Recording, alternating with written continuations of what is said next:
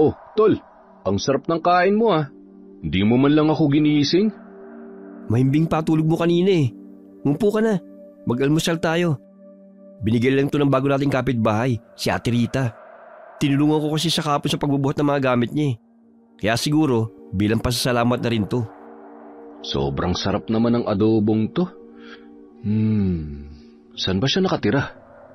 Diyan sa paupahan ni Aling Lorna. Simple lang ang ganda niya, pero lakas ng karisma. Lalo na kapag nakangiti siya. Talaga? Makikipagkilala nga ako sa kanya. Umira na naman yung pagka-chickboy mo. Mula nang mamatay ang mga magulang ng magkapatid, sanhi ng pagkalunod ng malalasa ang malakas na bagyo, si Eric na ang nagtaguyod sa pangangailangan ni Joseph. Hindi siya nakapagtapos ng kolehiyo, kaya't ganun na lamang ang kanyang kagustuhan na makatapos ito ng pag-aaral upang maging ganap na engineer. Isang call center agent si Eric sa gabi, kaya't madalas puyat ito sa trabaho. Nag-aaral ng mabuti si Joseph. Sa gayon ay masuklian niya ang pagod at sakripisyo ng nakatatandang kapatid. 6:30 ng umaga nagising si Eric. Dahil 8:00 ng umaga ang kanyang trabaho ng araw na yon. Nakipagpalit ng shift ang kanyang katrabaho dahil naghahatid sundo na ito sa anak na nag-aaral. Agad namang pumayag si Eric. Sa gayon ay hindi na siya magpuyat sa gabi. Dali-dali siyang sumakay ng tricycle. Ilang sandali hinanap niya ang cellphone sa kanyang bag. Naalala niya na nakacharge yun at hindi niya nabunot sa saksakan. Nag-aalala siya dahil natutulog pa si Joseph at pwede yun pagmula ng sunog. Bumaba siya ng tricycle at patakbong umuwi ng bahay. Ay nako, kung kailan nagmamadali, doon ko pa talaga naiwan ang cellphone ko. Bigla siyang nagulat nang mabangga niya ang isang babae na hindi pamilyar sa kanyang paningin. Ay, sorry miss. Hindi ko sinasadya.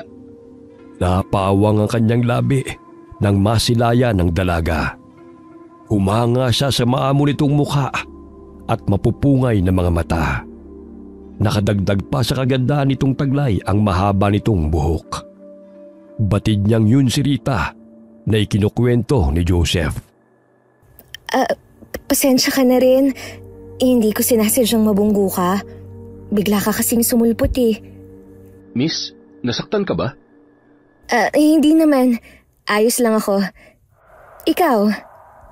Ayos lang din. Ako nga pala si Eric. Ako naman si Rita. Bago niyong kapitbahay.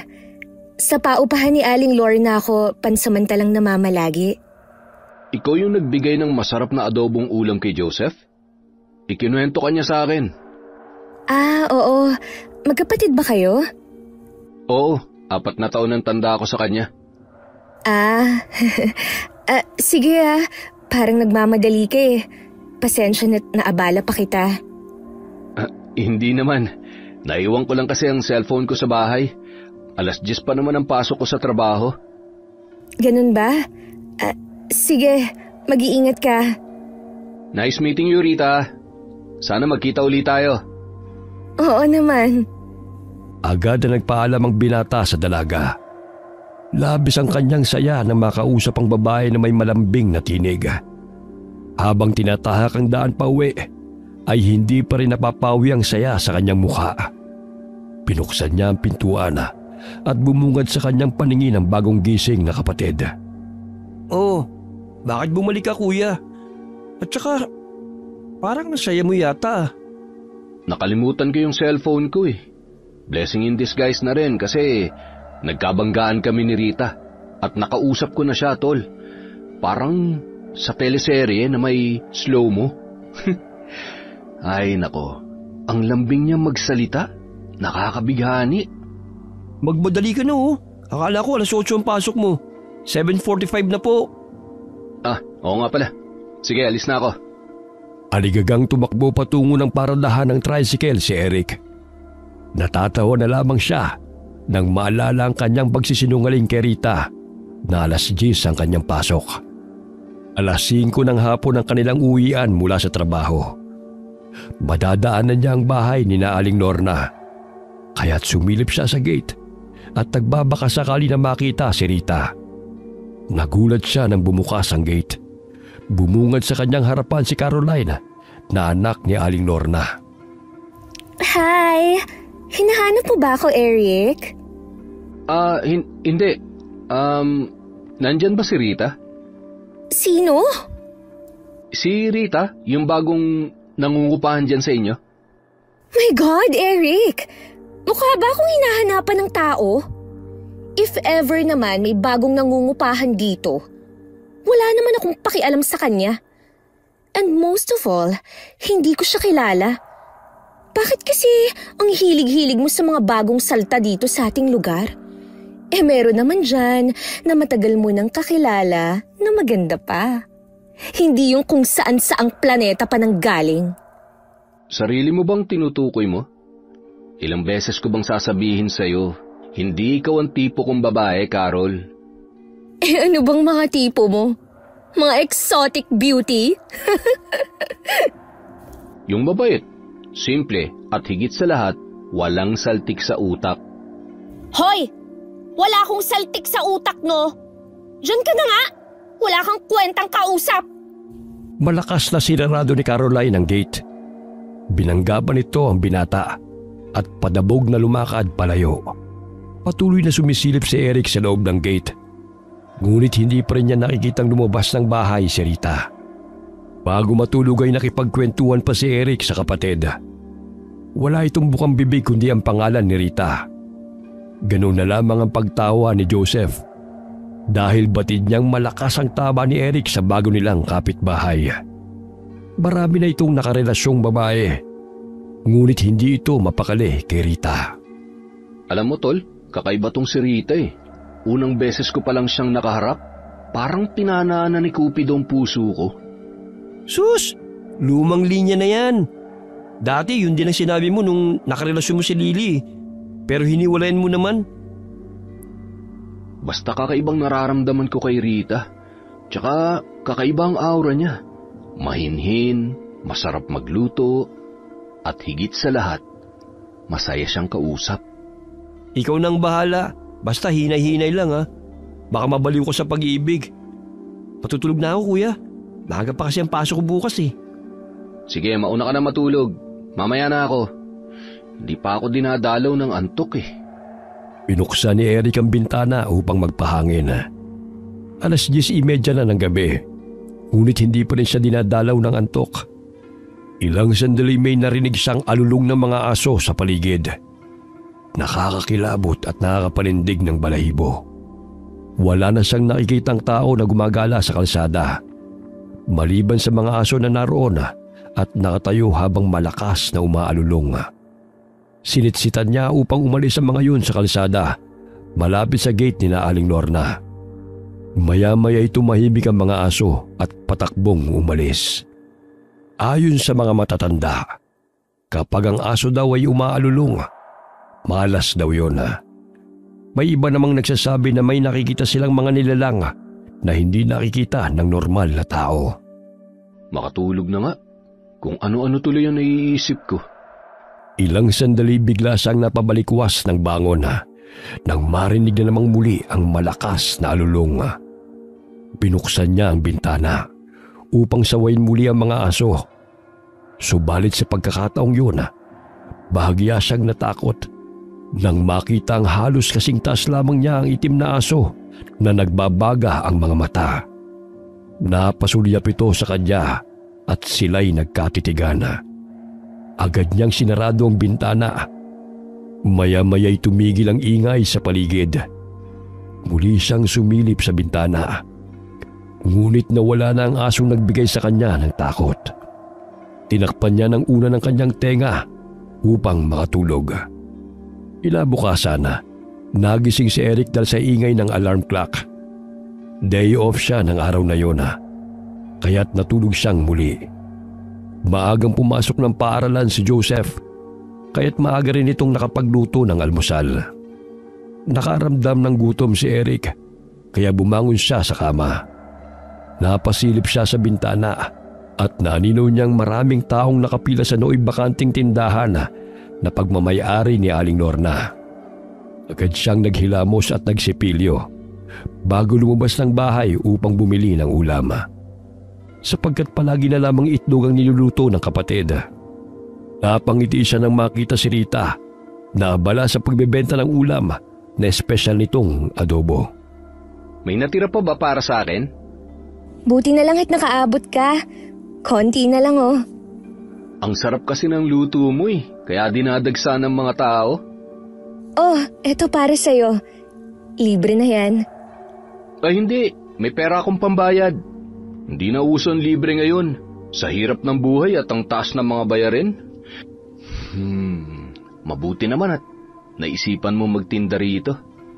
Nakiusap ako kay Aling Lorna. Kung maaari ko tong rentahan, tsaka dito na rin ako natutulog Wala na rin kasing umuupa dito kaya ako na lang. Ang sipag mo, Rita. Housewife material ka talaga. Naging panatag ang kanilang loob sa isa't isa. Hanggang sa mag-usap sila tungkol sa kanilang buhay. Nalaman ni Joseph na biktima ng illegal recruiter si Rita. Pinangakuan siya ng trabaho bilang tagaluto sa Taiwan. Nakilala niya ang babae sa probinsya sa pangalang Olive. Iningganyo siya ng babae at sinabi na marami na itong tinulungan papunta sa ibang bansa. Binenta pa ng kanyang ama ang alaga nitong kalabaw na katulong sa pagsasaka upang makapunta siya ng Taiwan. Sa kasamaang palad, halos gumuho ang lahat ng kanyang pangarap para sa kanyang pamilya nang puntahan niya ang agency na sinasabi ni Olive. Nagtanong siya sa mismong agency at sinabi ng taong naroon na wala silang kakilalang Olive ang pangalan. Doon niya napagtanto na niloko siya ng babae at pinirahan lamang sila. Paulit-ulit niyang tinatawagan ang numero ng babae, ngunit putol na ang linya. Hanggang sa mapadpad siya roon. May kaunti pa naman siyang pera na natitira. Kaya naisipan niyang gamitin na puhunan sa malit niyang negosyo. Ayoko munang ipaalam kay Natatang na hindi ako natuloy sa Taiwan.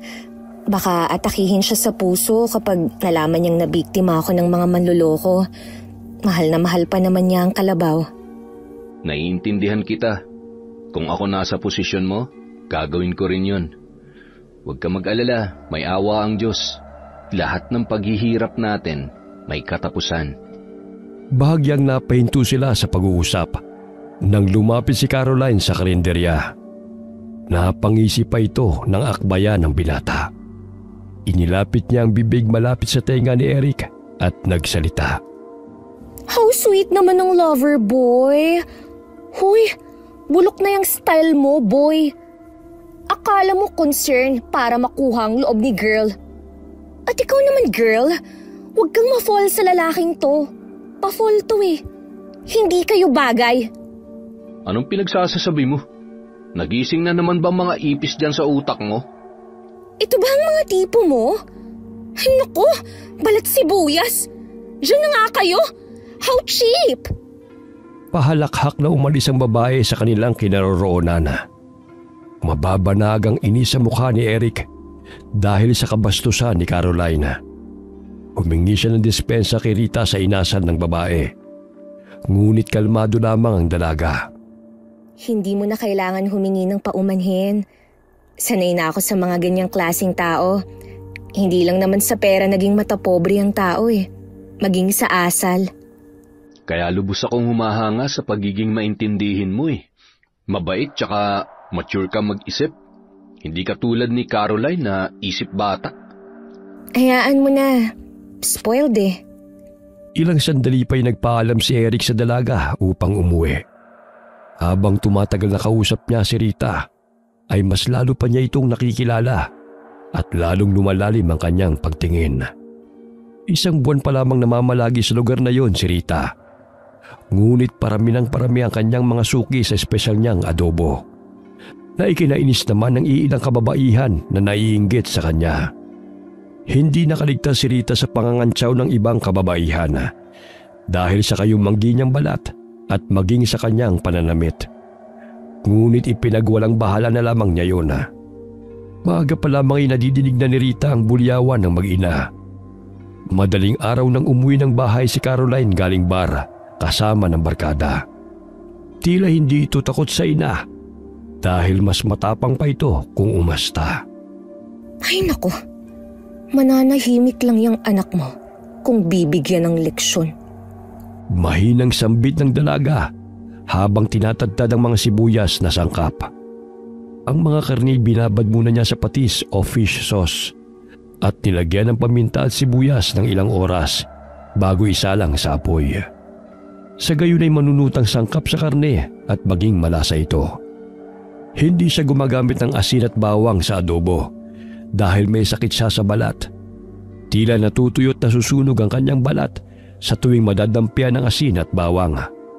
Kaya gumagamit na lamang siya ng alternatibong kapalit ng asin.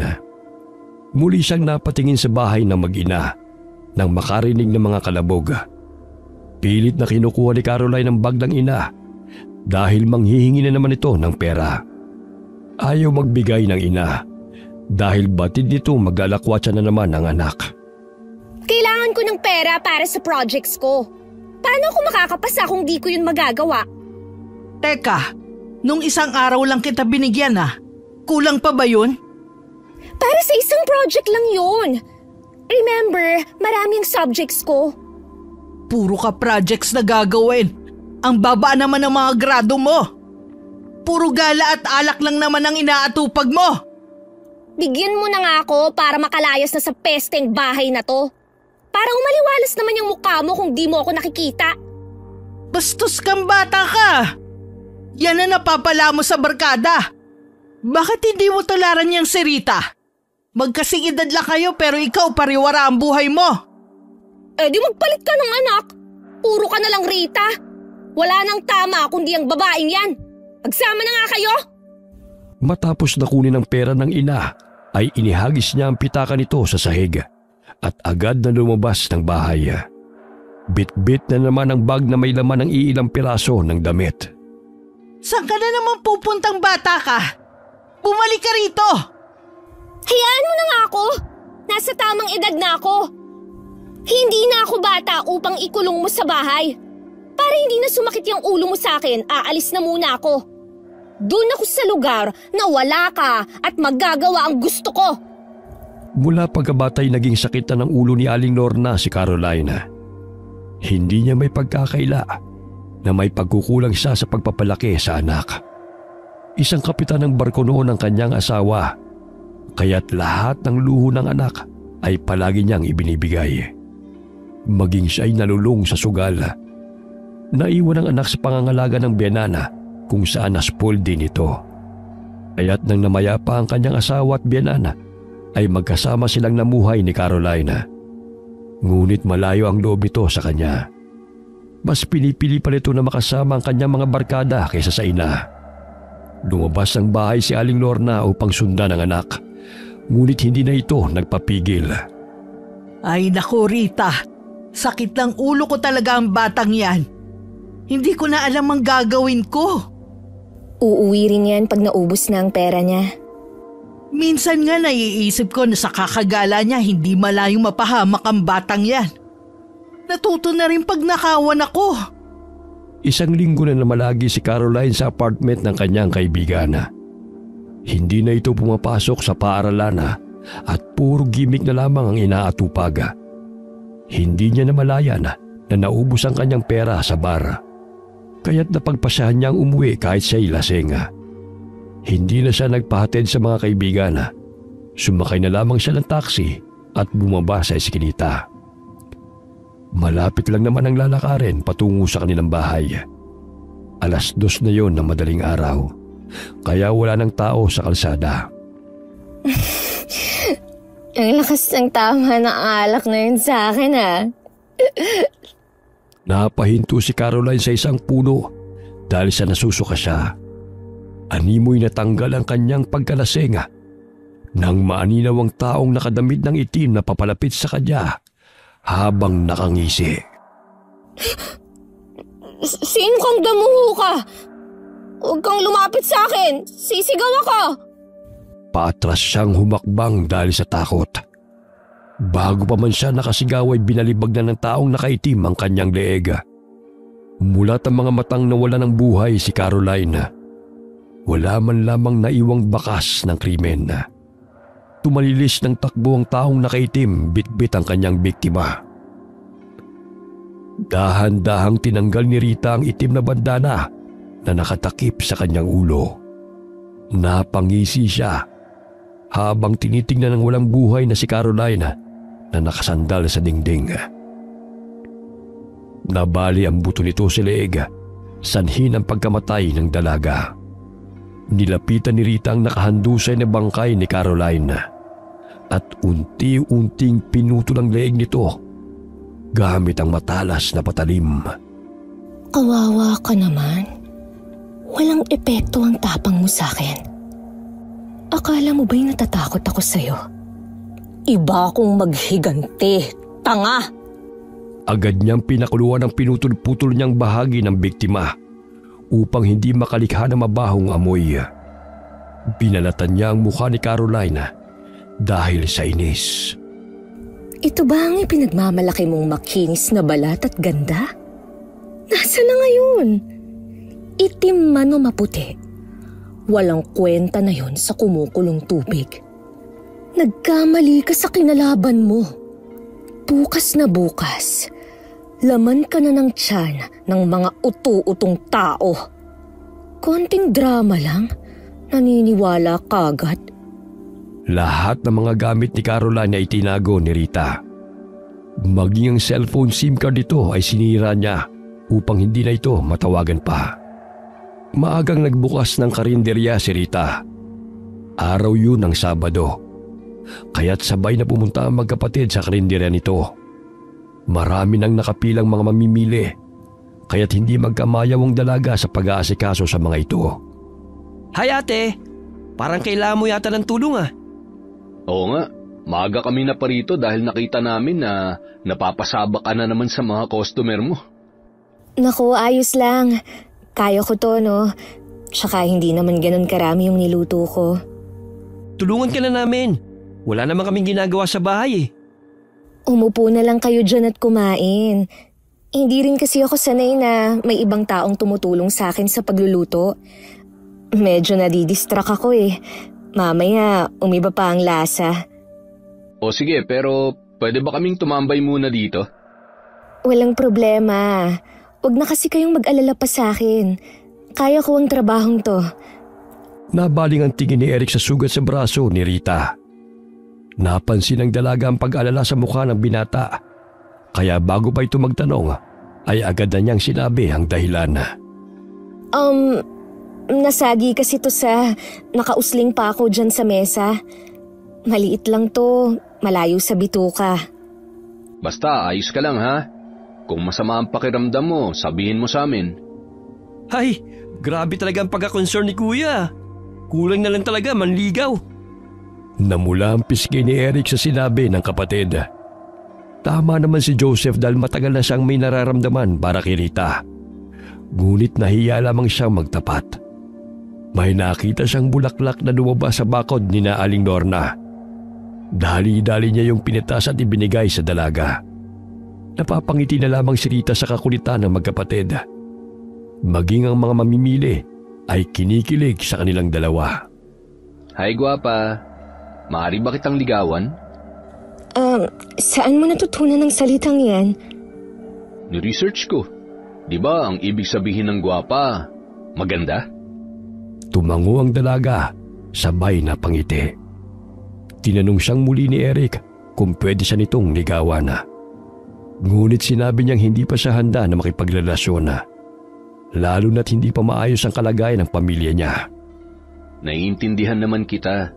Basta't maghihintay ako kung kailan ka handa. Pwede ba yan? Oo naman. Alam mo naman ang problema ko, di ba? Ano sa salita ninyong mahal kita? Palanggata ka. Palangga din kita. Napahagalpak sa tawa si Joseph. Dahil sa kakulitan ng kapatid, mas kinikilig pa ito habang nakikinig sa dalawa. Natutulak pa nga niya ang lalaking bumibili ng ulam kahit hindi pa niya yun kilala. Alauna pa lamang ng hapon ay ubos na ang espesyal na adobong paninda ni Rita. Kaya sinabi ni Joseph sa kapatid na magpaalam na sila upang makapagpahinga na ito. Bahagyang nabaling ang tingin ni Joseph sa balde na naroon sa lababo. Naninaw niya ang mga buto na laman nito. Napansin ni Rita ang binata, kaya't dali-dali niyang tinungo ang lababo at inilapag sa ilalim ang balde at tinabunan ng kurtina. Animoy pinagpawisan siya ng malamig nang makitang naiwang putol na daliri doon. Kaya't agad niyang isinilid sa kanyang bulsa upang hindi siya mahalata ng dalawa. Mga buto yan. Susubukan ko kasing magluto ng bulalo. Hindi pa ako magaling dun eh. Sige ate, hihintay namin ang next recipe mo. Sa ngayon, iuwi ko na muna ang kuya ko upang makapagpahinga ka na rin. Uwi na muna kami. Nagmamadali kasi ang tatay ko. Magpahinga ka, Rita, ha? Alalahanin mo, hinihintay ko yung kung kailan ka magiging handa para ligawan. Dahil palangga ka. Ay, ano ba yan? Napaka-corny mo, kuya. Tara na nga, baka saan pa papunta ang kakornihan mo? Hindi kaya corny yun. Totoo yun eh. Sa katunayan, ilang beses nang nagkaroon ng karelasyon si Rita.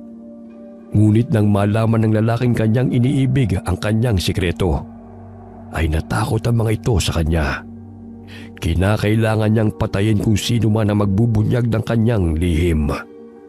Alipat-lipat din siya ng tirahan at paiba-iba ang ginamit niyang pangalan. Dahil tinutugi siya ng mga taong nakakakilala at nakakaalam ng kanyang pagkatao. Nananalaytay na sa kanyang dugo ang pagiging aswang. Kaya't hindi niya mapigilan ang pagkatakam sa dugo't laman. Ang paggawa ng espesyal na adobo na nagmula sa karne ng tao ay ang tangi niyang paraan upang hindi masayang ang karne ng mga biktima. Paraan din niya yon upang maging malapit siya sa mga tao. Hindi totoo na biktima siya ng illegal recruiter dahil ang totoo ay nagkukunwari siya bilang isang inosenteng dalaga. Aaskilay na napatingin ng 3 kababaihan sa kanya. Panay pasaring at panlalait ang kanyang naririnig sa tuwing napapadaan ng mga ito sa tapat ng kanyang karinderya. Kinakantsawan ang kanyang pananamit at negra kung siya'y tawagin. Mapaklang ngumiti siya sa 3 babae at patabog na isinara ang pinto. Kinuha niya ang balde na naglalaman ng ulo ni Caroline at tinusok-tusok ng kutsilyo ang bungo nito. Maging ang mga mata ay kinalikot niya gamit ang kutsilyo dahil sa pagkainis. Huwag kang mag-alala, Caroline. May susunod sa yapak mo. Konting araw na lang. 3 sila. Kaya marami-rami ding pagkakakitaan. Ilang sandali pa'y narinig niya ang sunod-sunod na kalabog mula sa bubungan. Lumabas siya at sinilip kung sino ang nambabato. Tumambad sa kanyang paningin ang 3 babae na bumalik at natatawang makita siya. Kuyumang kamao ng dalaga habang hinahatid ng tingin ng mga babae. Natatandaan niya ang mga mukha kaya nag-isip siya ng plano kung kailan niya ito lulusubin. Malamlamang mga matang napaupo si Aling Lorna sa bakanting upuan sa labas ng karinderya habang naguhugas ng mga kaldero si Rita. Ay nako, Rita. 2 linggo nang hindi umuwi si Caroline. Nag-aalala na ako sa batang yun. Nako, magpahinga na po kayo. Mabuti na nga yun, naroon siya sa kanyang mga kaibigan upang hindi ka na niya bigyan ng sakit ng ulo. Sa tuwing pinipigilan mo siya, mas lalo kanyang binabastos. Kahit ganun ang batang yun, anak ko pa rin siya. Mahal ko siya. Pinuntahan ko na ang mga kaibigan niya pero wala na raw siya doon. Umalis siya 1 linggo na raw ang nakakalipas. Nagdadalawang isip ako kung totoo ba ang sinasabi ng kanyang mga kaibigan. Dahil noon may nagsabi na wala raw siya. Pero nalaman ko na nagtatago lang pala sa resort ng isa pa nilang kaibigan. Hindi ko na talaga alam ang gagawin ko, Rita. Sakaling tama naman ang hinala nyo, hayaan nyo na siya. Kapag nakapag-isip-isip na yon, natitiyak kong uuwi din si Caroline. Sana nga, Rita. Alam mo naman ang ugali ng batang yun. Hinagod ni Rita ang likod ng ginang at binigyan ito ng tubig upang kumalma. Ngunit lihim siyang napangisi nang napasulyap sa baldeng pinaglalagyan ng bungo ni Caroline. Hindi mo na makikita ang asal hayop mong anak. Nababagay lamang sa mga katulad niyang walang modo ang nangyari sa kanya. Sambit ni Rita sa kanyang isipan. Sinamahan niya ang ginang sa loob ng bahay nito upang makapagpahinga mula sa paghahanap sa nawawalang anak. Kinabukasan, hindi nagbukas ng karinderya si Rita upang siya ay makapaglinis ng karinderya. Inilalagay niya sa garbage bag ang mga buto at mga gamit ng kanyang mga biktima. Tuwing gabi niya ito tinatapon malayo sa lugar na kanyang tinitirhan. Kabilugan ng buwan at panahon din yun ng pagtubo ng mga labong ng kawayan. Kaya't hindi matiis ni Rita ang pangangati ng kanyang katawan sapagkat may mga tanim na kawayan sa likod ng bakuran ni Aling Lorna. Papalit-palit ng anyo si Rita bilang itim na pusa o di kay itim na aso. Ang tawag sa parang yun ay tigbaliw. Sa anyong aso o pusa ay bitbit ni Rita ang mga plastik na naglalaman ng mga kalansay ng kanyang biktima. Inililibing niya ito sa lupa sa loob ng gubat o kasukalan. Abala siyang nagbubungkal ng lupa gamit ang kanyang mahabang mga kuko bilang itim at malaking pusa. Hindi niya inaasahan na may nakakitang dalawang lalaki sa kanya. Pabuti na lamang ay nakailag siya nang hatawin siya ng lalaki gamit ang matalas na gunting ng hardinero. Ngunit sa pangalawang pagkakataon na pagsalakay sa kanya, tinamaan siya sa kanang binti, kaya paika-ika siyang tumakbo palayo mula sa mga taong humahabol sa kanya.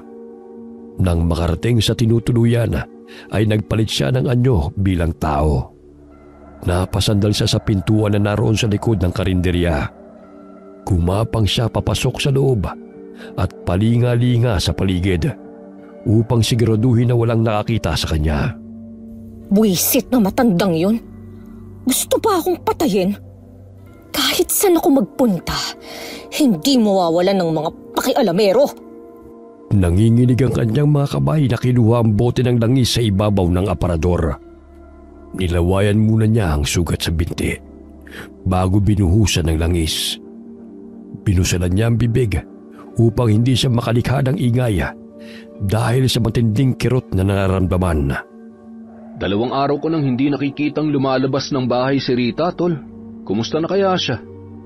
Tawagan mo para malaman mo kung napaano siya. Hindi naman sumasagot sa mga tawag ko. Tinext ko na nga pero wala pa ring sagot eh. Pinuntahan mo na ba? Baka nagpapahinga lang yun.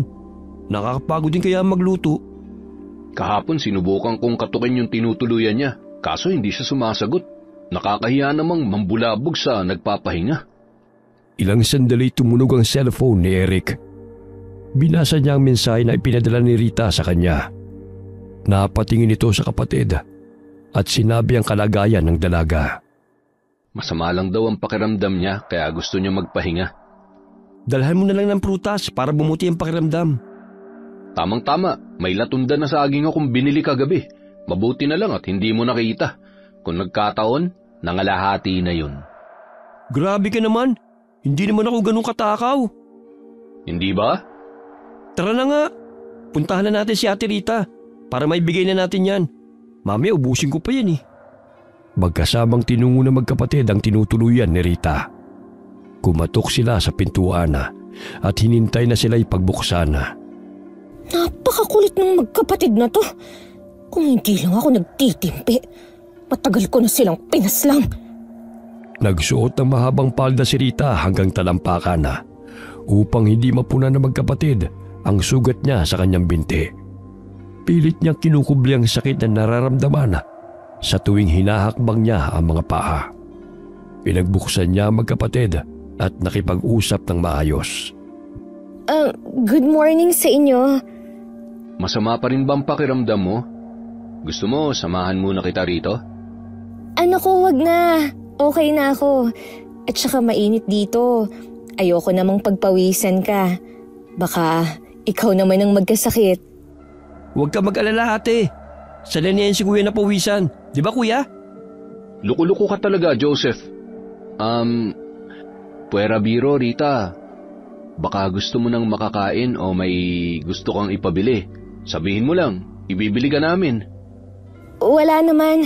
Napagod lang siguro ako. Ilang araw din kasing sunod-sunod ang luto ko eh. Kung gusto mo, sa bahay ka na magpahinga para maalagaan kita. Ayos lang ako rito, Eric. Ayoko nang mang-abala pa sa inyo.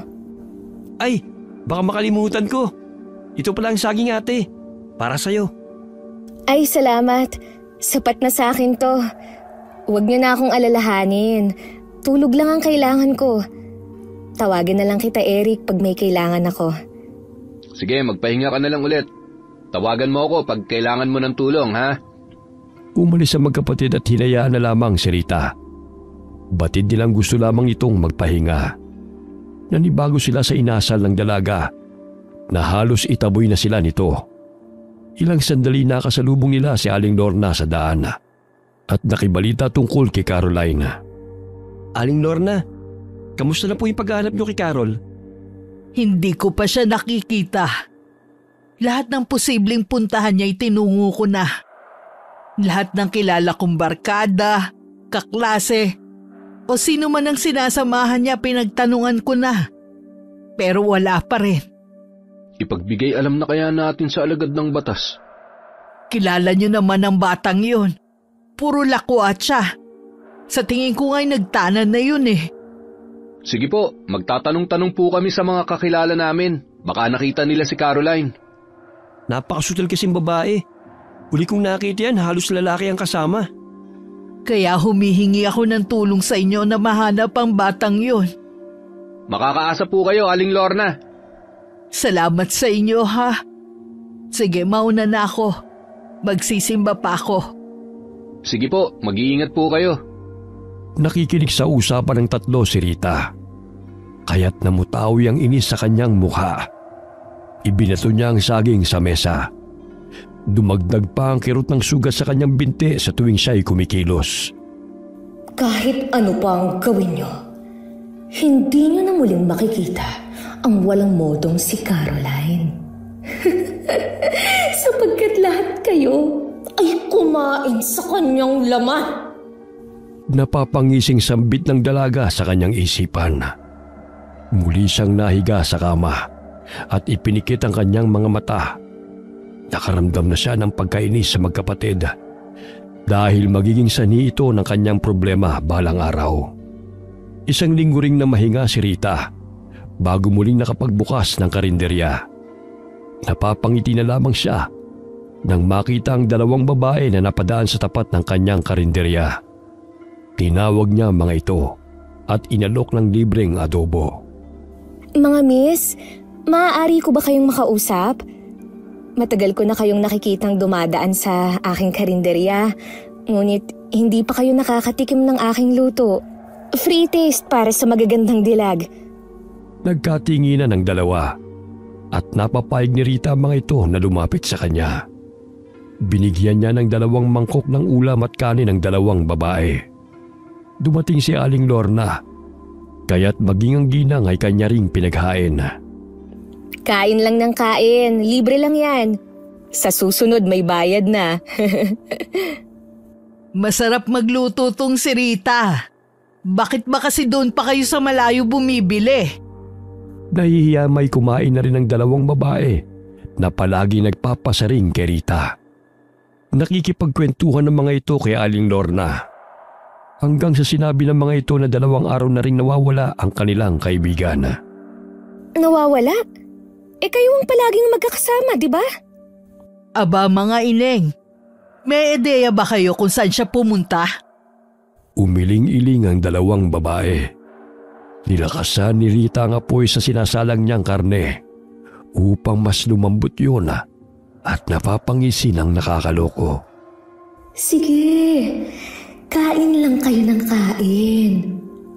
Ang hinahanap nyo'y sinusubo nyo na ang laman. Akala nyo ba'y mapapalampas ko ang panlalait nyo sa akin? Sambit ng dalaga sa kanyang isipan. biglang nanumbalik ang kanyang wisyo nang mabilaukan si Aling Lorna at humingi ng tubig. Agad naman niya itong binigyan. Dahan-dahan naman, Aling Lorna. Marami pa rito.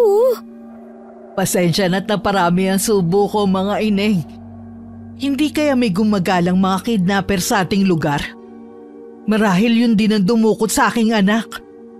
Naisumbong niyo na ba sa mga pulis ang pagkawala ng kaibigan niyo? Para maidagdag nila sa listahan ng mga nawawala. Maaaring sindikato nga ang may kagagawan kung wala sila sa mga kaibigan o kamag-anak. Naipablatter ko na rin sa istasyon ng pulis si Caroline. Biglang naputol ang kanilang pag-uusap nang may dumating na pulis at hinahanap si Aling Lorna. Agad na tumayo ang ginang at lumapit sa may katandaang pulis. May ipinakita itong litrato sa ginang. Biglang lumamlam ang mga mata nito at umago sa mga luha sa kanyang pisngi. Bakit, Aling Lorna? Ano pong nangyari? Rita, gamit to ng anak ko. Natatandaan ko na ang bag na ito iniregalo ko sa kanya noong nakaraang taon. Baka may kaparehong bag lang. Hindi ako nagkakamali na ito ang bag na pagmamayari ni Caroline dahil pinalagyan ko pa yan ng disenyo. Napabuntong hininga si Rita at kinakabahang napaupo. Ayon sa kapulisan, ang bag na natagpuan ay pinaglagyan ng mga buto ng biktima. Nakita rin sa loob ng bag ang ID ni Caroline. Tinangay ng aso ang bag nang mahukay nito sa lupa. Nagkataon na may mga taong nakakita ng mga buto at bungo, kaya't agad ay pinagbigay alam sa kanila. Naalala ni Rita na hindi niya nabaon ng maayos ang bag na yun dahil may nakakita sa kanya na dalawang matanda. Nakasisigurado po ba kayong buto ni Caroline nang natagpuan? Sinabi ng mga pulis, upang makasigurado ay kinakailangan nilang magpa-DNA. Halos mawalan ng malay si Aling Lorna sa kakaiyak dahil nasisiguro niya pagmamayari ni Caroline ang bag na yon. Maging ang dalawang babaeng naroon ay sumama sa mga kapulisan upang ipagbigay alam din ang nawawala nilang kaibigan. Mag-iingat po kayo, Aling Lorna. Aligagang hinahalo ni Rita ang sinasalang na adobo. Sabay na nagsasalita. Hindi may kubli ang galit at pangamba na kanyang nararamdaman. Hindi nila malalaman na ako ang may kagagawan. Lalo na't napakalayong pinagtapunan ko ng mga buto ng babaeng yun. Sisiguraduhin ko na mababaliw kayo sa kakaisip kung sino ang salarin. Mabuti na tinutulungan ko pa kayo sa pagpuksa sa mga masasamang tao eh. Nagulat si Rita nang tawagin siya ni Joseph. Pilit siyang napangiti sa binata at kinausap niya ito. Mabuti na ba yung pakiramdam mo? Mamaya mabinat ka niyan. Oo. Halika, kumain ka muna. Sorry ate, hindi ako pwedeng kumain ng karne ngayon eh. Mamaya fasting ko para sa laboratory ko bukas. Ganun ba? Sige, sa susunod ka na lang bumawi sa pagkain. Hay nako, maging si kuya, sumama ang pakiramdam dahil tumaba rin. Hereditary pa naman namin ang sakit sa puso at high blood. Ang sabi ng doktor, wala daw yun sa edad. Ang sarap nga sanang kumain eh, kaso bawal pa sa ngayon.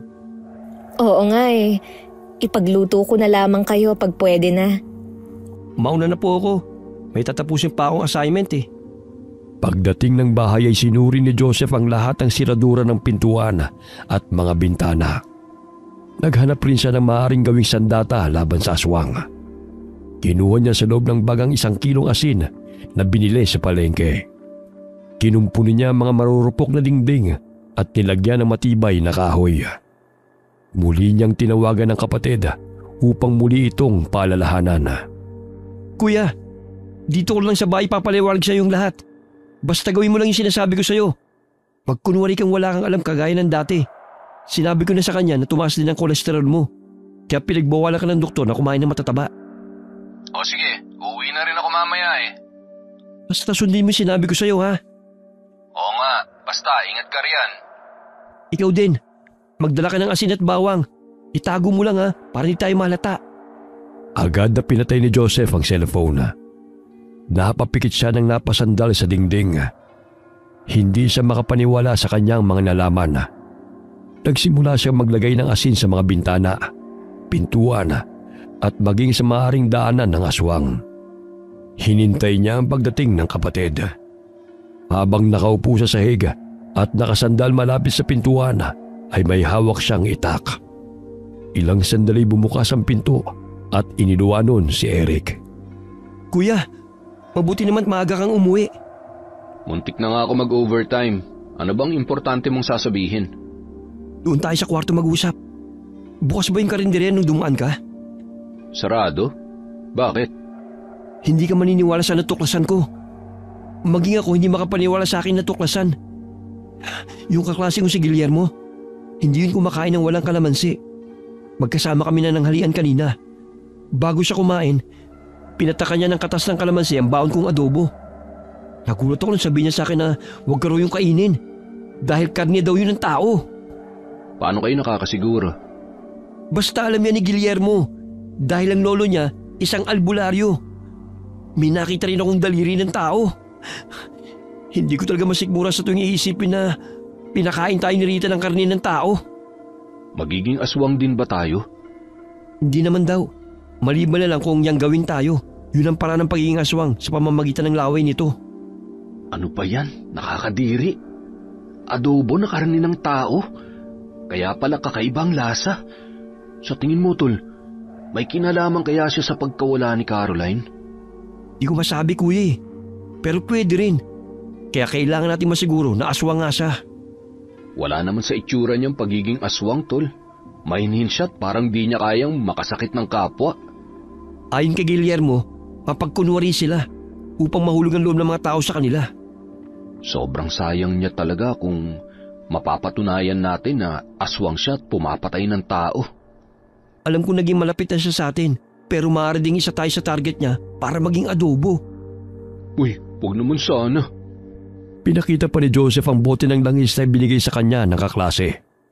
Sabi nito na kapag bumula at umapaw ang langis sa bote, tiyak na malapit lamang ang aswang.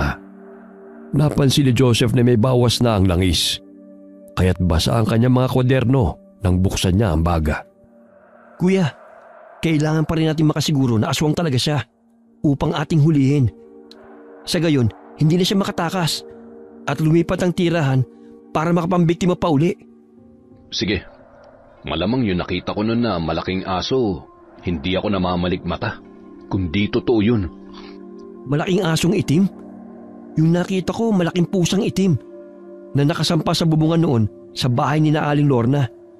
Tapos naaninaw kong sumilip siya sa bintana ng silid. Takot daw sila sa tanso o copper. May sira tayong telebisyon dyan. May nakuha kong tanso na may ihalin tulad sa alambre. Maaari natin gamitin yung laban sa aswang dahil matagal daw maghilom ang kanilang sugat sa tanso. Sana pagiging albularyo na lang ang kinuha mong kurso. Ang dami mo kasing alam tungkol sa mga aswang eh. Imbitihan ko kaya si Guillermo dito sa bahay. Sabihin kong dito muna mamalagi. Ikaw ang bahala. Mahilig si Joseph sa mga kababalaghan, kaya't karamihan sa kanyang mga kaibigan ay mga probinsyano. Palagi nitong ikinukwento sa kapatid ang tungkol sa mga kakaibang nilalang at kung ano mga pangontra sa mga ito. Kahit paulit-ulit man niyang isipin ang sinasabi ni Joseph na aswang si Rita, may bahagi sa kanyang puso na naniniwalang inosente ang dalaga. Gayunpaman, sinunod na lamang niya ang kapatid na wag nang kumain ng pagkain na niluluto nito. Kuya, huwag mong kalilimutan magdala ng bawang at asin. Madalas ginagabi ka pa naman sa pag-uwi mo. Oo na, mas mainam na wag na tayong magpahalata na naghihinala tayo sa pagkatao ni Rita. Baka manganib pa ang buhay natin. Mas mabuting maunahan natin siya kaysa tayo mabiktima niya para gawing adobo na tinitinda niya. Basta wag magpadalos-dalos sa gagawin. Baka mas lalong manganib ang ating buhay. Lalo na't napaka-agresibo mo sa mga bagay na misteryoso sa iyong palagay. Huwag ka mag-alala, mag-iingat naman ako eh. Ang importante, may ideya na tayo na aswang siya. Napahinto sila sa pag-uusap nang matanaw mula sa bintanang lumalakad na si Rita patungo sa kanilang bahay. Nang makalapit na ito sa kanilang bakuran, napansin na magkapatid na umapaw ang langis mula sa bote na nooy hawak ni Joseph. Nakikita mo ba yan, kuya? Kumpirmadong aswang nga siya.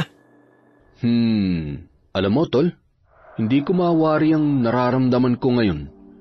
Nanghihinayang ako kay Rita dahil nahulog na talaga ang loob ko sa kanya. Dumito ka lang muna. Ako lang lalabas ng bahay para makausap siya. Sinubsob ni Eric ang mukha sa unana dahil hindi alam ang gagawin. Napamahal na sa kanya ang dalaga. Sumilip siyang muli sa bintana. Naanino niyang napapakamot ng ulo si Joseph habang kausap si Rita. Nagpapahinga na si kuya sa kwarto. Gusto mo bang pumasok sa bahay, ate? Hindi na. Gusto ko lang ibigay itong pakbet para bago naman sa panlasa ninyo. Nakakaumay na rin kasi na puro adobo na lang eh. Salamat sa pakbet, ate ha. Sige, mauna na ako. Marami pa kasi akong gagawin. Natuon ang pansin ni Joseph sa pakbet na ibinigay ni Rita. Halos hinalukay ang kanyang sikmura nang makita ang karneng sahog nito. Hindi maalis sa kanyang isipan kung sino nagmamayari ng laman na yun. Pagpasok ng bahay, agad niyang itinapon ang pakbet sa basurahan. Papakainin mo pa ulit kami ng laman ng tao? Sino na naman kaya ang pinatay mo? Bumaba ng kwarto si Eric at sinalubong ang kapatid. Pansin ni Joseph sa mukha ng kapatid ang lungkot at pagkadismaya. Matamlay itong umupo ng silya sa tapat ng mesa. Magluluto na lang ako ng itlog, kuya. Siguradong ligtas pa tayo. Sige, ikaw ang bahala. May delata rin akong binili kanina, baka gusto mo. Tuna with egg na lang, para maiba naman. Bilisan mo na riyan dahil gutom na ako.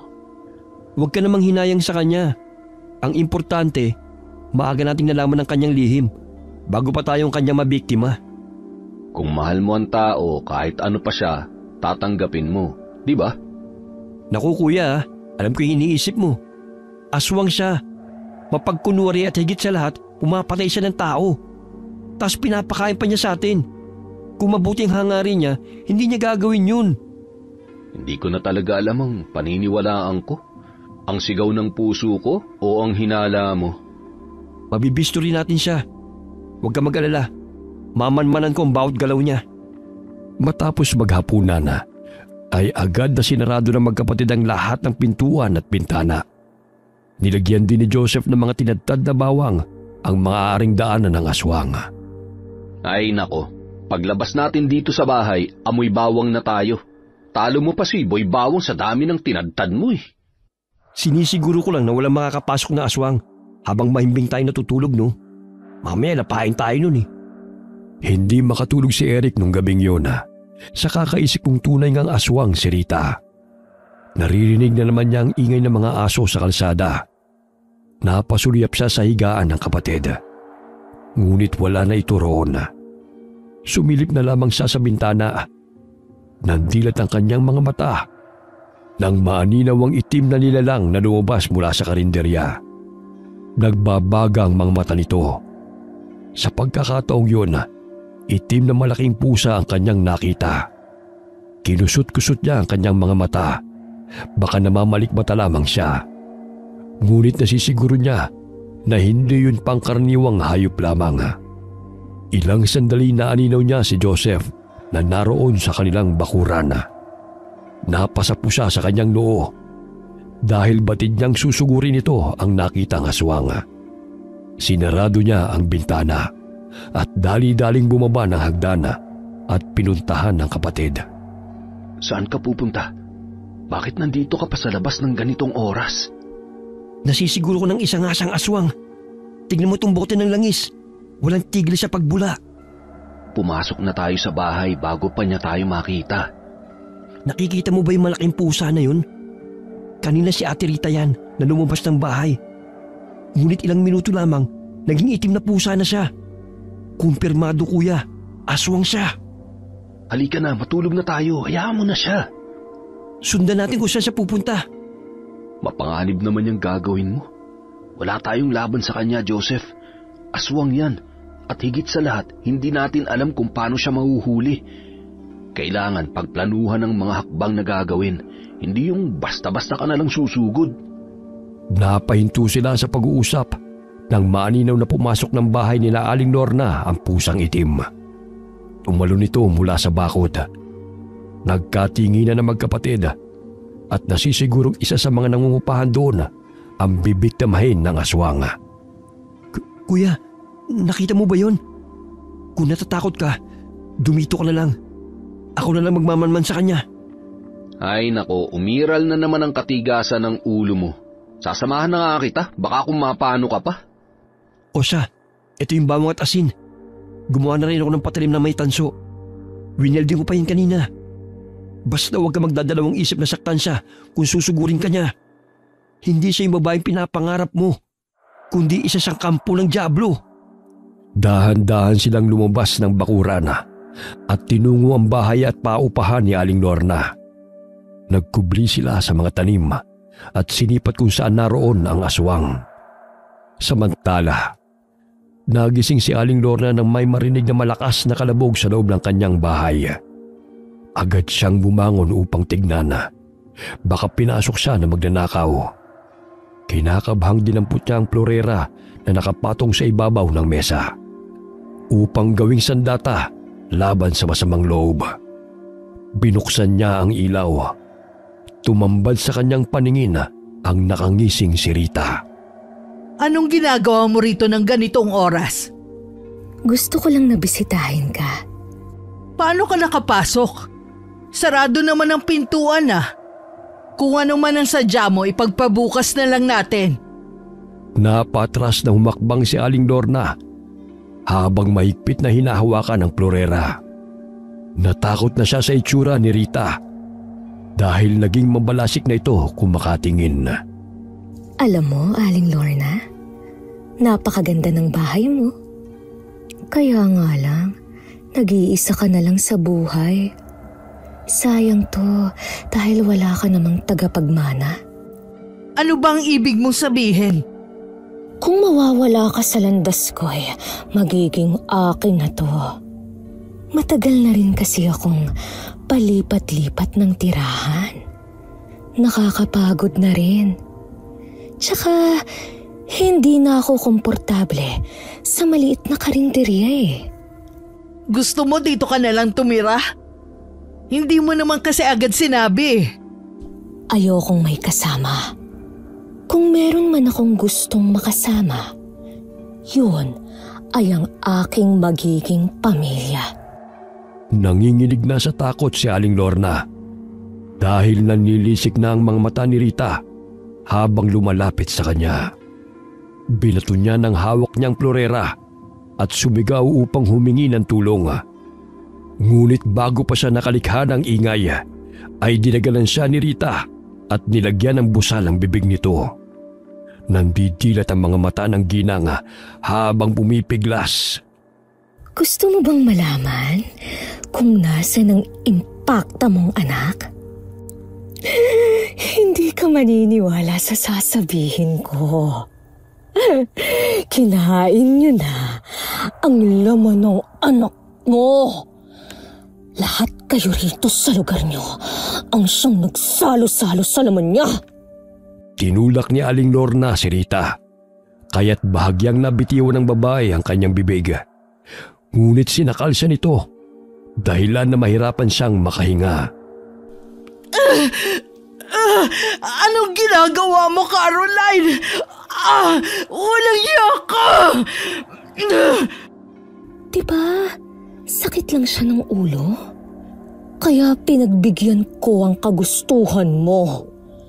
Pinatahimik ko siya. At para mapakinabangan naman ang walang yamong anak, binenta ko ang laman niya. Marami nga siyang napasaya eh. Isa ka na ron.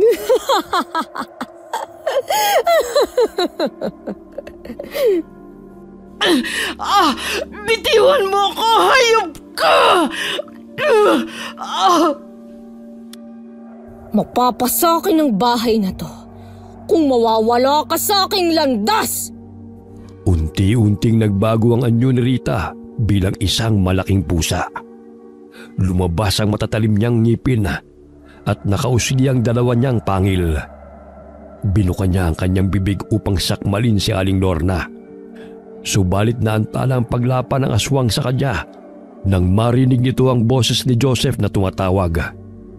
Mula sa sliding window, kitang-kita ni Joseph at Eric ang nakadagang aswang na pusa kay Aling Lorna. Marami ng galos ang ginang at may malalim na sugat sa binti nito. Sanhi ng pagbaon ng matatalim na kuko ng aswang. Gamit ang flower pot, binasag ng magkapatid ang sliding window upang tulungan ang ginang. Inis na tumakbo ang pusang aswang patungo sa bintanang dinaanan nito. Kaya nitong isiksik ang sarili upang makadaan kahit sa maliit na siwang ng bintana. Dali-daling pumasok ang magkapatid upang tulungan si Aling Lorna. Nakatakas siya, Tol! Halika muna! Tulungan natin si Aling Lorna upang makabangon. Aray! Ang mga sugat ko! Dahan-dahan lang, Tol. Mukhang malalim ang sugat ni Aling Lorna sa binti. Aswang si Rita! Siya ang pumatay kay Caroline! Gusto rin niya akong patayin para mapasakan niya ang bahay na to! Natitiyak kong hindi na siya babalik sa karinderya upang manirahan. Maghahanap na yun ng ibang lugar. Mabuti na lang at nakarating kayo agad. Kung hindi, marahil magiging putahe ako na kanyang binibenta sa karinderya. Tulad ng ginawa niya kay Caroline. Narinig mo yun, kuya? Napakasama niya. May narinig po kasi kami mga kalabog matapos naming makita na may pumasok sa gate nyo. Ayun, umakyat kami sa gate. Kinukutuban na po kasi kami ng masama eh. Tahimik lamang na nakikinig sa kwento ng ginang si Eric habang ginagamot ang sugat ng ginang. Lumabas ng bahay si Joseph upang habulin ang aswang. Ngunit nawala na ito sa kanyang paningin. Palinga-linga siya sa paligid upang siguraduhin na hindi pa ito nakakalayo. Nagsaboy siya ng asin sa labas ng bahay ni Aling Lorna. Sa gayon ay hindi na bumalik ang aswang na si Rita. Kung kailan papatayin ko ng babaeng yun, saka pa kayo nakialam na magkapatid. Pwes, kayo ang isusunod kong maging putahe na tudumugin ng mga tao. Kumaripas ito ng takbo palayo sa naturang lugar. Nasisiguro niyang hahanapin siya ng magkapatid at ni Aling Lorna. Sa likod ng bahay ni Aling Lorna, naroon ang 5 kwartong pinapaupahan, kaya't hindi siya narinig ng mga nangungupahan. Nanatili ang magkapatid sa bahay ng ginang hanggang sa sumapit ang umaga. Kinakailangan na madala sa ospital si Aling Lorna dahil sa malalim ang mga sugat nito. Pagdating sa ospital, sinabi na lamang ng ginang sa doktor na naaksidente siya dahil batid niyang hindi naman siya paniniwalaan ng doktor kung sasabihin niyang kagagawan yun ng aswang. Maraming salamat sa inyo. Utang ko sa inyo ang buhay ko. Huwag niyo pong isipin yan, Aling Lorna. Magpahinga na lamang po kayo. Huwag niyo na akong alalahanin pa rito. Tinawagan ko ang pamangkin kong si Diday. Siya na ang magbabantay sa akin. Ito pong bawang at asin. Huwag niyo pong ihiwalayin sa inyo. Takot ang aswang dyan. Sigurado kong babalik yun. Mag-iingat kayong dalawa ha. Pasensya na sa abala. Maya-maya lang nariyan na sina Diday at Abner. Pangiting hinawakan ni Aling Lorna ang kamay na magkapatid. Mula pagkabatay mabait na ang dalawa. Pinalaki ng magalang ng kanilang mga magulang. Ilang sandali bumukas ang pintuan at iniluwano ng mag-asawang Diday at Abner. Pinakilala sila ni Aling Lorna sa pamangkin nito. May inilabas na pinutol-putol na makabuhay na halaman si Abner mula sa bag nito. Ayon sa lalaki, ay makakatulong yun sa kanila upang panlaban sa aswang. Mabuti naman po't naisipan niyo magdala niyan. Madaling na kasi ang makabuhay na tanim dito sa amin. Sige na mga iho, magpahinga na rin kayo. Maraming salamat sa tulong ninyo. Mag-iingat kayo ha. Bumalik ng bahay ang magkapatid. Naabutan nila ang mga kapulisan sa bahay ni Aling Lorna. Ayon sa kanilang impormasyon, nilooban ang bahay ng ginang. Ngunit pinagtawanan lamang sila ng mga pulis nang sabihin ni Joseph na aswang ang pumasok sa bahay ng ginang. Pinasok nila ang karinderya. Nagulantang silang magkapatid nang makita ang mga tinadtad na pinakuloang laman sa isang balde. Sa isang malaking kaldero naman ay naroon ang putol na ulo ng isang babae. Halos hinalukay ang kanilang mga sikmura. Hindi na napigilan ni Eric at Joseph ang masuka. Ulo ng tao? Pambihira naman. Hindi ko sukat akalain na ang paborito kong adobo ay ganyan pala niya kung ihanda. Ayaw nilang maniwala na aswang si Rita, kuya. May pinakitang isang pulis na mga litrato sa akin. Baka naroon ang Rita na sinasabi ko. May nakita akong isang kahawig ni Rita. Ngunit Luisita ang tunay na pangalan. Ayon sa isang pulis, paiba-ibang pangalan ang ginagamit ng babaeng yon. Huling lugar kung saan siya namataan ay sa Albay, kung saan siya nambibiktima. Tulad nito, pumapatay at niluluto niya. Taga Negros daw siya, kuya. Ngunit tinutugis na rin siya ron. Kaya kung saan na siya napapadpad. Isa raw siyang psychopath ayon sa paniniwala nila. Hindi sila naniniwala na aswang si Rita, kuya. Tulad ng ating nakita. Hayaan mo na muna mga kapulisan, tol. Gusto kong magkapit, magpahinga. Parang ang sama ng pakiramdam ko. Sige, gusto ko na rin matulog. Inaantok na rin ako. Pagdating ng bahay, ay agad na nilagyan nila ng pinutol na makabuhay na halaman ang bawat bintana at pintuan. Bago tinungo ang kwarto upang magpahinga, kinandado nila ng mabuti ang pintuan at mga bintana sa takot na balikan sila ni Rita. Gusto mo ipagluto kita ng makakain? Wala pa akong ganang kumain. Ipagtimpla mo na nga lang ako ng kape. Kanina ka pa hindi kumakain. Mag-alas 12 na oh. Wala akong gana. Ayaw pang tumanggap ng pagkain ng sikmura ko. Lalo na't nakita ko yung ulo ng mga karne sa balde. Ikaw ang bahala. May tinapay pa naman dun. Yun na lang ang kainin mo. Isabay mo sa kape. Mula noon ay naging pihikan na ang magkapatid sa pagkain. Palaging gulay at pritong isda na lamang ang kanilang kinakain. Maging ang mga putahing may sarsa hindi magawang kainin ni Eric. Dahil sa tuwing nakakakita siya doon, ay nandidiri siya at pumapasok sa isip niya na karne yun ng tao. 9:00 na ng gabi hindi pa umuwi si Eric dahil kinakailangan niya mag-overtime. Kaya tinawagan siya ni Joseph dahil sa pag-aalala sa kapatid. Hindi bale, may inilagay naman akong asin at bawang sa bag ni kuya. Sapat na yun para hindi siya lapitan ng aswang. Ilang sandali may narinig siyang mga kalabog na nagmumula sa kanilang bubungan. Inilapag niya ang hawak na soldering iron sa mesa at napatigil sa kanyang ginagawang patalim na may tinunaw na tanso. Alam mo, mahihirapan ka na makapasok ng bahay. Huwag ka na mag-aksaya ng panahon mo. Dahil sa makabuhay na halaman, asin at tinadtad na bawang na inilagay sa bawat sulok ng bahay, ay nahirapan ang aswang na makapasok. Hindi sa lahat ng oras ay magkukubli ka sa bahay mo. Kung hindi dahil sa pangingialam ninyong magkapatid, di sana'y namumuhay na ako ng masagana ngayon. Pahihirapan ko kayong dalawa! Animoy napapaso siya sa tuwing pinipilit niyang makapasok ng bahay dahil sa mga pangontra na inilagay ni Joseph. Bahagya siyang pumalahaw na may matalim na bagay siyang naapakan sa bubong. Paika-ika siyang palipat-lipat sa bubungan ng mga kabahayan upang makalayo. Hindi niya masikmura ang baho ng sariwang bawang na sumasama sa ihip ng hangin. Maging ang makabuhay na halaman at asin ay nagbibigay sa kanya ng pangangati sa katawan. May isang lalaking naglalakad sa kalsada. Nandilat ang mga mata nito na magtama ang kanilang paningin.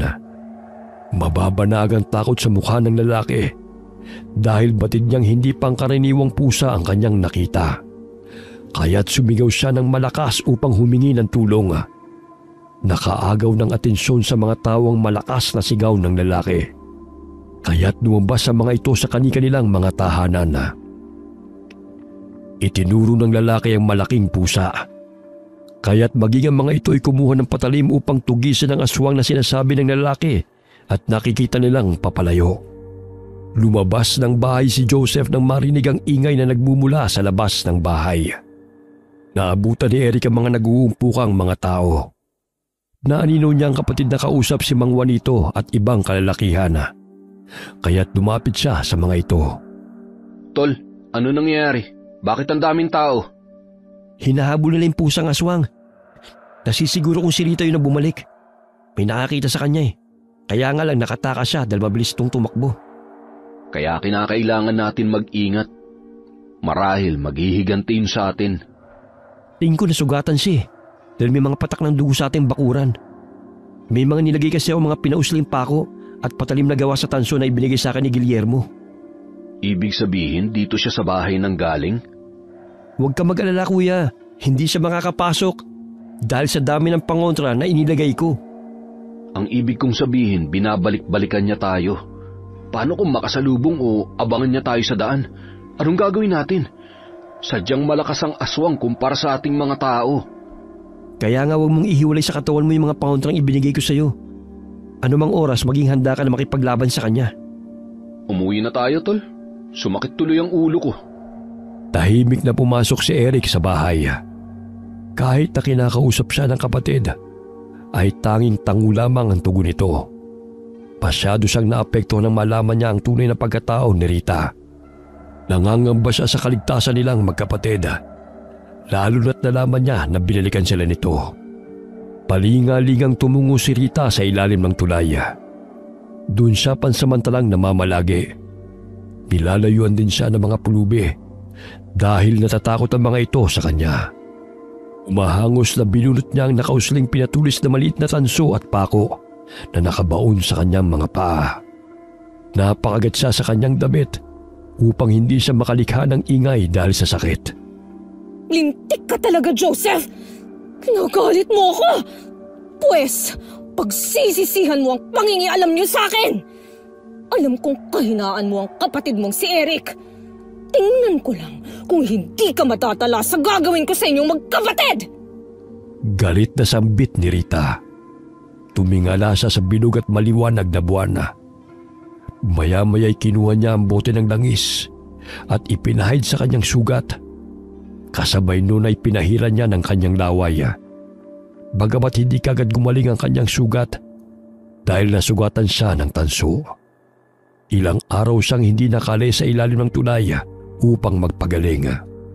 Naaninaw niya ang mga batang lansangan at naisipan na yun na lamang ang lantakan upang maibsan ang kanyang gutom.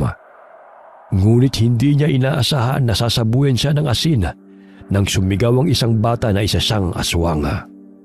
Hoy! Hindi ako aswang! Mga walang ya kayo, tigilan niyo yan! Mga walang mata! Imbis na tumigil ay pinagtulungan siyang batuhin ng mga bata. Ilang sandali pa'y kumaripas ng takbo ang mga bata palayo. Nabukulan si Rita ng tamaan ng bato ang kanyang noo. Kaya't dumagdag sa kanyang galit ng makapang malapot na dugo sa kanyang noo. Kapag gumaling na ang sugat ko, kayo ang isusunod kong papatayin! Kahit kailan mga pasaway talaga kayong mga batang lansangan! Lumipas ang ilang linggo. Unti-unting naghilom ang sugat ni Rita. Hindi na muna siya bumalik sa lugar na tinitirhan ng magkapatid. Batid niyang inaabangan din ng mga tao ang kanyang pagbabalik. Namutawi ang nakakalokong ngiti sa kanyang labi nang maisip ang plano na kanyang gagawin. Naghanap ng abandonadong gusali kung saan siya muling mananatili. Ilang araw din niyang inaabangan ng magkapatid sa daan at inalamang oras ng pag-uwi ng mga ito. Ilang araw na rin ginagabi sa pag-uwi si Eric dahil sa pagbabago ng schedule sa trabaho. Napangisi si Rita nang makita ang binata na mag-isang naglalakad sa madilim na daan. 9:30 na yun ng gabi, kaya't madalang na lamang ang naglalakad sa kalsada. Tamang-tama, nag-iisa ka. Mas mahina ka kesa sa napakakulit mong kapatid. Lumabas ng poste si Rita at dali-daling sinabayan sa paglalakad si Eric. Napalingon ang binata sa kanya nang tumabi siya at hinawakan ito ang braso ng binata. Mukhang nagmamadali ka yata, Eric. Bahagyang napatigil si Eric sa paglalakad nang marinig ang boses ni Rita. Napasulyap siya sa taong pumipigil sa kanya at nakumpirma na si Rita ngayon. Rita? Ikaw? Oh, ba't parang nagulat ka? Pilit na tinatanggal ni Eric ang mga kamay ng dalaga na pumipigil sa kanya. Ngunit mas lalong humihigpit ang paghawak nito sa kanya. Naalala niya na naiwan sa kanyang locker ang bawang at asin. Inaladkad siya ng babae, kaya't gano'n na lamang ang kanyang pagpupumiglas. Namilog ang kanyang mga mata nang biglang kumulubot ang nooy maamong mukha ni Rita. Sinakal siya nito at isinandal sa pader. Ano bang pakay mo? Bitiwan mo ako! Ang patayin ka! Kayong magkapatid ang dahilan kung bakit naudlot ang mga plano ko! Alam niyo ba kung ano ang ginagawa ko sa mga pakialamerong katulad niyo? Pinapatay! Lumalapat ang matalim na mga kuko ng aswang sa leeg ng binata. Ngunit kinapa niya ang kanyang bag at pilit na kinukuha ang tanso na may ihalin tulad sa alambre na inilagay ng kapatid. Buong lakas niyang ipinulupot yun sa leeg ng aswang na si Rita at hinila ng mahigpit. Kaya't bahagya siyang nabitiwan ng aswang na makaramdam ito ng sakit. At nagkaroon siya ng pagkakataon na makatakas. Walang yakang lalaki ka! Nagtigbaliw si Rita bilang malaking aso at mabilis na tumakbo upang habulin siya. Bahagyang napatras si Eric nang harangan siya nito. Sa tulong ng liwanag ng buwan, naaaninaw niya ang mabangis na itsura ng aswang. Tumutulo pa ang laway nito habang papalapit sa kanya. Ibinuka ng aswang ang bibig nito upang sakmalin si Eric. Ngunit malakas na ungol ng malaking aso ang kanyang narinig nang iminulat niya ang kanyang mga mata. Layuan mo ang kuya ko! Kampo ng kadiliman! Malakas na itinarak ni Joseph ang tansong patalim sa tagiliran ng asong aswang. Nanginginig ang katawan na napaupo sa lupa si Eric. Nang makitang nasakta ng aswang sa paulit-ulit na pagsaksak ni Joseph at Guillermo sa katawan nito.